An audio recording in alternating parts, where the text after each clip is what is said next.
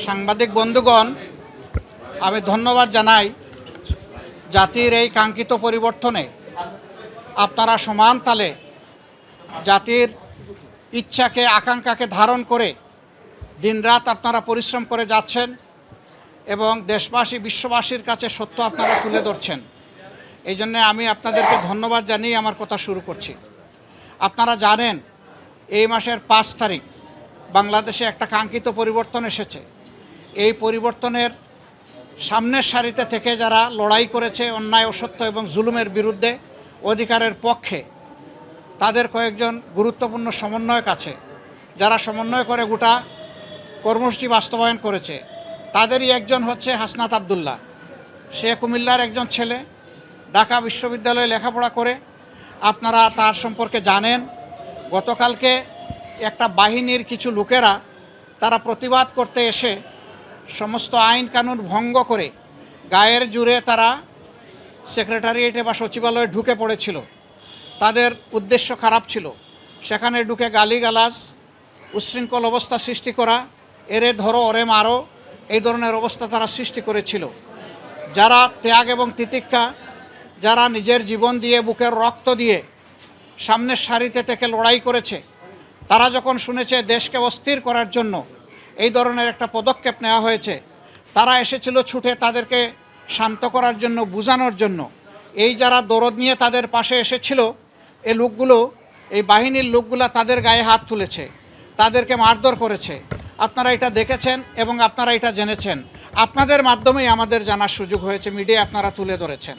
তারা অনেক ধৈর্য ধরেছে, কিন্তু যখন দেখেছে যে সব কিছু সীমা ছাড়িয়ে যাচ্ছে, সীমা লঙ্ঘন করছে, তারা রাষ্ট্রের ব্যবস্থাকেই ভেঙে দিতে চায়, চুরমার করে দিতে চায়, তখন বাধ্য হয়ে তারা এদেরকে প্রতিরোধ করেছে এবং প্রতিরোধের মুখে তারা পালিয়েও যায়।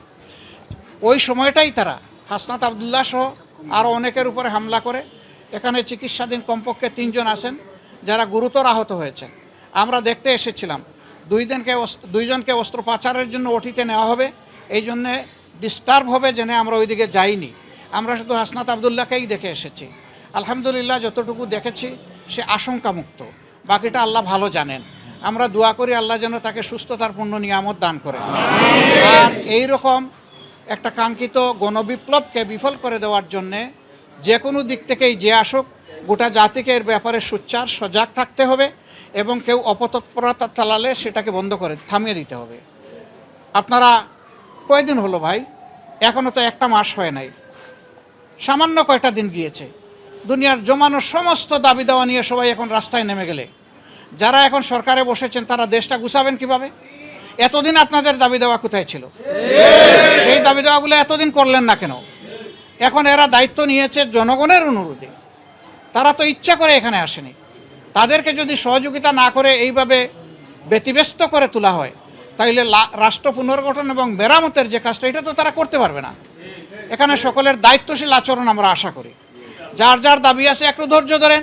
15.5 বছর যদি ধৈর্য ধরতে পারেন, 2-1 মাস একটু ধৈর্য ধরেন, ওনারা একটু গুছিয়ে আনুক, তারপরে আপনারা স্বাভাবিকভাবে নিয়মতান্ত্রিকভাবে আপনাদের দাবিগুলো তুলে ধরেন। কিন্তু সেইটা করতে গিয়ে আপনারা সচিবালয়ে ঢুকে পড়বেন, আপনারা বিশৃঙ্খল অবস্থা সৃষ্টি করবেন, এটা তো দেশের জনগণ মেনে নেবে না। আপনারা কি দেশের জনগণের বিপক্ষে দাঁড়াতে চাচ্ছেন? এরকম যারা দুঃসাহস দেখাবে, জনগণ কিন্তু তাদেরকে ক্ষমা করবে না।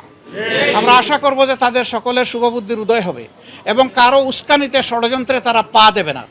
তারা নিজের বিবেক অনুযায়ী চলবে, দেশকে ভালোবাসবে, তারাও দেশের পুনর্গঠনে নিজেরা দায়িত্বশীল ভূমিকা পালন করবে।